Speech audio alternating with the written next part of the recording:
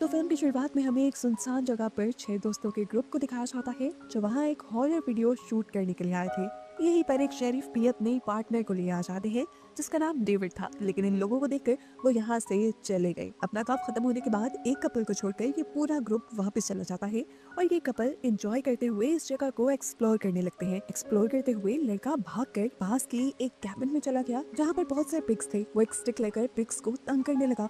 Pigs ने तंग होकर शोर मचा दिया और इतनी ही देर में यहाँ पर एक आदमी आ गया पिग्स की आवाज निकालते हुए। इससे पहले कि ये लोग पीछे मुड़कर उस आदमी पर ध्यान देते, वो आदमी अपने हाथ में पकड़े हुए बहुत बड़े से कटर को घुमाता है और इस लड़के का सर धड़ से अलग कर देता है। वो लड़की जो पास खड़ी थी वो डर से चिल्लाने लगी और अंदर की तरफ भाग गई, जबकि दूसरा आदमी अपना चाकू गोल गोल घुमाते हुए लड़की की तरफ बढ़ता रहा और आखिर फिर उसने लड़के का भी गला काट के उसे मार दिया। मालूम होता है कि ये आदमी जिसने अभी 2 मर्डर किए हैं, ये लेस्टर नामी एक बूढ़े इंसान का बेटा है जो पिग्स का ये स्लॉटर हाउस चलाता था।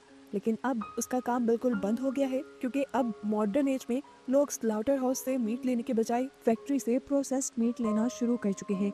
लेस्टर ने अपने काम में कोई भी अपग्रेडेशन नहीं की, इसलिए उसका ये स्लॉटर हाउस बिल्कुल बंद हो गया, जबकि उसकी जगह टॉम जो कि उसका कॉम्पिटिटर है, उसकी मीट फैक्ट्रीज आजकल शहर में अरूज पर थी और वो अब लेस्टर की भी प्रॉपर्टी लेना चाहता था। पता चला है कि टॉम लेस्टर के ही अंडर पहले काम किया करता था, लेकिन फिर उसने अपनी मीट फैक्ट्री लगा ली और मॉडर्न तरीके इंट्रोड्यूस करवाए, जिसकी वजह से आज वो बहुत कामयाब था। लेस्टर का ये बेटा बडी, इसे हमेशा लेस्टर ने अपने स्लॉटर हाउस में पिग्स के साथ रखा था, इसीलिए वो अब नॉर्मल रहा ही नहीं था। वो पिग्स जैसे ही हरकतें करता था, यहाँ तक कि वो बोलता भी पिग्स जैसा ही था। उसने अभी अभी जो 2 मर्डर भी किए थे वो भी इसीलिए कर दिए थे क्योंकि वो दोनों उसके पिग्स को परेशान कर रहे थे। अपने पिग्स के आगे उसे किसी चीज की अकल समझ नहीं है। फिर सुबह होने पर दिखाया जाता है कि लेस्टर का कंपेटिटर टॉम लेस्टर के ही एक दोस्त के साथ एक शेरिफ को लेकर उसकी प्रॉपर्टी में आया है ताकि वो लेस्टर को उसकी प्रॉपर्टी बेचने में फोर्स कर सके। लेस्टर का ये दोस्त जो अभी टॉम के साथ आया था, उसी दोस्त ने लेस्टर को स्लॉटर हाउस बनाने का मशवरा दिया था।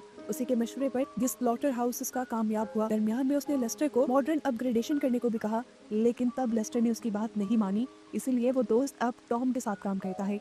इस टाइम टॉम लेस्टर के लिए ऑफर लेकर आया था कि वो अपनी प्रॉपर्टी सिर्फ $55,000 में बेच दे, साथ ही वो उसके लिए काम करे जिससे लेस्टर को पैसे मिलते रहेंगे और रहने के लिए वो यही रह सकता था। लेकिन लेस्टर ने इस मर्तबा भी इस ऑफर को मना कर दिया। अब शेरिफ ने उसे धमकी दी कि अभी बेचना चाहते हो तो बेच दो, वैसे भी तुमने काफी अरसे से इनकम टैक्स नहीं दिया, वरना अगले महीने वैसे ही तुम्हारी प्रॉपर्टी की ऑक्शन हो जाएगी। लेस्टर शेरिफ की बातों पर भी ध्यान नहीं देता और अंदर चला जाता है। ऐसे शेरिफ उसके भी प्रॉपर्टी पर नोटिस लगा जाता है ऑक्शन का। इन सब के जाने के बाद वो अपने स्लॉटर हाउस के अंदर जाने की कोशिश करता है तो बडी यानी उसका बेटा उसे रोकता है। आज पहली मर्तबा बडी ऐसा कुछ कर रहा था। लेस्टर हैरान हुआ और जल्दी से अंदर गया और अंदर जाते ही उसके होश उड़ गए। बडी ने 2 इंसानों को कत्ल करके फांसी से लटकाया हुआ था। लेस्टर के देखकर चिल्लाता है और बडी को डांट देता है कि उसने ये सब क्या कर दिया। अपने आप को डांटता देखकर बडी को अपने डैड पे भी गुस्सा आता है, यहाँ तक कि वो अपने डैड को मारने के लिए अपना नाइफ भी उठा लेता है, लेकिन फिर कुछ सोचकर उन्हें नहीं मारता। यहाँ पे एक मजे की चीज ये भी हुई कि लेस्टर का भी गुस्सा कम हो गया और उसने अपने बेटे को शाबाशी दी क्योंकि उसने कट्स अच्छे लगाए थे बॉडी के ऊपर। बड़ी भी अपनी तारीफ सुनकर खुश हो गया और यहाँ लेस्टर के दिमाग में कुछ और ही खिचड़ी पकने लगी। उसने अपने बेटे से कहा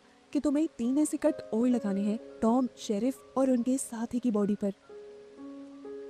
अब लेस्टर यहाँ पर एक प्लान तैयार करने की कोशिश करता है और खुद भी तैयार हो जाता है, जिसके बाद उसने टॉम को कॉल की और टॉम से कहा मैं तुम्हारी ऑफर लेने के लिए तैयार हूँ, तुम बस यहाँ मेरे स्लॉटर हाउस आ जाओ। जबकि दूसरी तरफ हमें उन चारों के ग्रुप को दिखाया गया जिन्हें हमने मूवी के स्टार्ट में देखा था। ये अभी भी अपनी हॉरर वीडियो की ही प्लानिंग कर रहे थे और अपनी इस हॉरर वीडियो के लिए ये लोग एक शॉप पर जाकर कुछ मास्क वगैरह भी लेते हैं और शूटिंग दोबारा कंटिन्यू करने के लिए स्लॉटर हाउस आने का डिसाइड करते हैं, जहाँ पर लेस्टर अपने बेटे के साथ मिलकर मर्डर करने की प्लानिंग कर रहा था। सीन कट होकर दूसरी तरफ हमें शेरिफ डेविड को दिखाया जाता है। उनको खबर मिली थी कि एक कपल 2 दिन से घर नहीं आए थे। ये दोनों वही थे जिनको आखिरी बार उसने स्लॉटर हाउस के पास देखा था, इसीलिए वो भी छानबीन के लिए स्लॉटर हाउस की तरफ निकल जाता है। डेविड जब तक यहाँ पहुंचा तो उसने स्लॉटर हाउस के अंदर उन चारों के ग्रुप को देखा। वो चारों वहाँ पर अपनी वीडियो शूट कर रहे थे और इतनी आराम से इसलिए कर रहे थे क्योंकि उनके दोनों दोस्तों की लाशें पहले ही लेस्टर ने वहाँ से उठाकर छुपा दी थी। शूटिंग करने के बाद वो चारों यहाँ से चले जाते हैं और बडी उन्हें देख लेता है। जबकि लेस्टर दोबारा टॉम और अपने पूरे ग्रुप को कॉल मिलाता है कि तुम जल्दी मिलने आ जाओ, मैं ऑफर एक्सेप्ट करने के लिए तैयार हूँ। यहाँ डेव जो इन्वेस्टिगेशन करने के लिए स्लॉटर हाउस के अंदर चला गया था, डेविड को कहीं से खून टपकता हुआ दिखाई दिया। उसने जब ऊपर देखा तो ऊपर एक मरी हुई बिल्ली को लटकाया गया था। असल में ये भी बडी के पिग्स को तंग कर रही थी, इसीलिए बडी ने उसको भी मार कर लटका दिया। जो भी उसके पिग्स को तंग करता है वो उनका यही हाल करता है। इसे डर था कि यहीं पर ही वो कातिल होगा जिसने उस कपल को मारा होगा। वो अपनी गन ताने आगे की तरफ चल रहा था कि अचानक किसी ने कटर चलाया और उसका गन भला हाथ ही काट डाला। ये भी कोई और नहीं बल्कि बडी ही था। हाथ के कटते ही बहुत ज्यादा ब्लीडिंग हुई और डेविड मौके पर ही मर गया। डेविड को मारते ही बडी अपने डैड को ये लेस्टर को बुला कर लाया, जो एक और मर्डर होने पे थोड़ा टेंशन में तो आया, लेकिन उसने बडी को ये नहीं कहा। उसने बडी को इस मर्तबा भी शाबाशी ही दी। अब थोड़ी देर बाद फाइनली यहाँ पर लेस्टर और टॉम का कॉमन फ्रेंड आ गया, जो डील के बारे में ही बात करना चाहता था। लेस्टर बेताबी से उसका इंतजार कर रहा था। उसके लिए तो इन लोगों ने डेकोरेशन भी की थी। पूरे स्लॉटर हाउस में मरे हुए इंसानों की लाशें लटकाई हुई थी, जिन्हें देखकर वो भी बेचारा डर गया और शॉक रह गया। इससे पहले कि वो यहाँ से भागने की प्लानिंग करता, ऊपर छुपे हुए बडी ने उसकी गर्दन को हाथ से पकड़ा और उसके पूरे के पूरे चेहरे को अपने हाथ के जोर से तोड़ते हुए उसे भी यहाँ पर मार डाला। जिसके बाद बडी का अभी भी दिल नहीं भरा था, वो अभी भी कुछ चेंज करना चाहता था। उसने डेविड का यूनिफॉर्म उतारा और किसी तरह उसे काट के फंसा लिया और फिर उसी की गाड़ी में बैठकर वो गाड़ी चलाकर यहाँ से जाने लगा। अपनी पिग वाली आवाज में वो पुलिस की वॉकी टॉकी पर आंसर भी कर रहा था। अब रास्ते में डेव की गर्लफ्रेंड ने इस कार को देख लिया। उसे लगा कि कार में डेव ही होगा, इसलिए उसने कार लुकवा ली और जब देखा तो अंदर बडी था। वो खौफ से जाकर अपनी कार में बैठ गई, लेकिन बडी ने अब उसकी कार को आगे नहीं बढ़ने दिया और एक पत्थर उठाकर उसकी कार पे दे मारा। अपनी जान बचाने के लिए ये लड़की कार से भी निकल गई। वो भाग ही रही थी, लेकिन पीछे से बडी ने आकर पकड़ लिया और अजीब तरीके से अपने चाकू के जरिए उसकी गर्दन काट दी और यहाँ इस तरह उसने एक और मर्डर कर दिया। थोड़ी देर बाद अब स्लॉटर हाउस के अंदर टॉम आ गया, वही इंसान जिस प्रॉपर्टी को खरीदना चाह रहा था और जिस पर लेस्टर को सबसे ज्यादा गुस्सा था। तो अब सबसे भयानक मौत तो उसी की बनती थी, इसीलिए बडी ने उसे ग्राइंडिंग मशीन के अंदर डाल दिया और आहिस्ता आहिस्ता उसकी बॉडी का कीमा बन गया। अब सीन कट होकर हमें क्लब में उन चारों के ग्रुप को दिखाया जाता है, जो बार बार इस स्लॉटर हाउस में अपनी हॉरर वीडियो शूट करने के लिए आते हैं। वो क्लब में पार्टी कर रहे थे कि अचानक क्लब की लाइट चली गई, क्योंकि यहाँ पर एक बहुत ही खौफनाक तूफान आया था। बिजली का कड़कना इस तूफान को और भी ज्यादा भयानक बना रहा था। तो इन्होंने प्लान किया कि ये लोग दोबारा स्लॉटर हाउस जाएंगे अपनी शूटिंग के लिए, क्योंकि इससे ज्यादा खतरनाक माहौल और कोई हो ही नहीं सकता।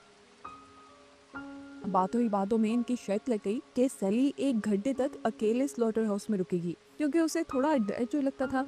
तो अब ये सब प्लान करके ये लोग आ गए स्लॉटर हाउस के अंदर। अब जिस टाइम सैली स्लॉटर हाउस के अंदर अकेली खड़ी थी, तो बाकी दोनों लड़कों ने मिलकर उसे और भी ज्यादा डराने का प्लान किया। उन्होंने मास्क पहने और उसे विंडो से डराने के लिए पास आ गए। सैली भी वहाँ का सारा नजारा देखकर बहुत ज्यादा डर गई, क्योंकि वहाँ पर मास्क पहना जो लड़का उसे तंग करने आया था, बड़ी ने पीछे से उसके सर के ऊपर वार करके उसकी बॉडी को 2 हिस्सों में काट दिया। अब तो उसे अपनी जान की फिक्र थी। वो यहाँ से भागी तो बाहर से जाकर उसे लेस्टर ने पकड़ लिया, जबकि बडी ने आगे बढ़कर इनके ग्रुप के दूसरे लड़के को भी मार दिया। लेस्टर ने सैली को भी मार दिया था। अब इन चारों की इकलौती फ्रेंड इन चारों को ढूंढ रही थी, और जब वो स्लॉटर हाउस के अंदर आई तो उसे कुछ समझ नहीं आई, क्योंकि उसके तीनों दोस्तों की लाशें ऊपर छत से लटकाई गई थी। सीन कट होकर हमें शेरिफ के बारे में पता चला, जिसे बहुत से लोगों की गुमने की रिपोर्ट मिल चुकी है। सबसे पहले तो वो कपल जिसे लास्ट टाइम स्लॉटर हाउस के पास देखा गया था। उसके बाद डेविड, जो उस कपल के मर्डर की इन्वेस्टिगेशन करने गया था लेकिन अभी तक वापस नहीं लौटा। उसके बाद हैरोल्ड और टॉम। ऐसे में सारा का सारा शक शेरिफ का लेस्टर के ऊपर ही जा रहा था, इसीलिए वो भी इन्वेस्टिगेशन करने के लिए स्लॉटर हाउस जाता है और जाने से पहले वो अपने लिए बैकअप पुलिस की भी रिक्वेस्ट कर लेता है। यहाँ स्लॉटर हाउस के अंदर दिखाया गया कि ये लोग आखिरी बची हुई लड़की को टॉर्चर कर रहे थे, क्योंकि वो शेरिफ की बेटी थी। अब इससे पहले कि ये लोग इस लड़की को भी मार देते, पीछे से आकर शेरिफ आवाज कर देता है।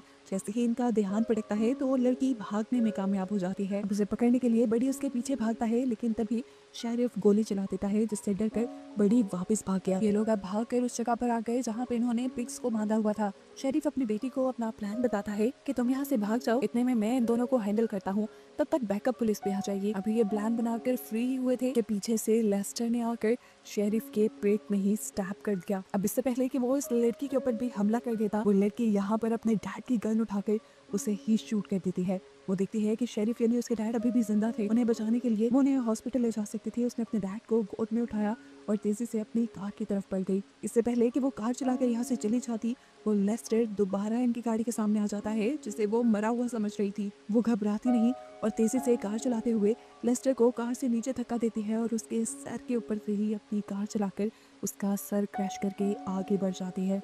इन्हें अब लग रहा था कि ये लोग बच जाएंगे, लेकिन इनका ये वहम था क्योंकि बड़ी जिसके ऊपर अभी तक इन्होंने ध्यान ही नहीं दिया था वो इनकी कार के अंदर ही छुपा हुआ था, जो अपने चाकू से इस लड़की को मार कर यहाँ खत्म कर देता है और मूवी भी इसी पॉइंट पर खत्म हो जाती है।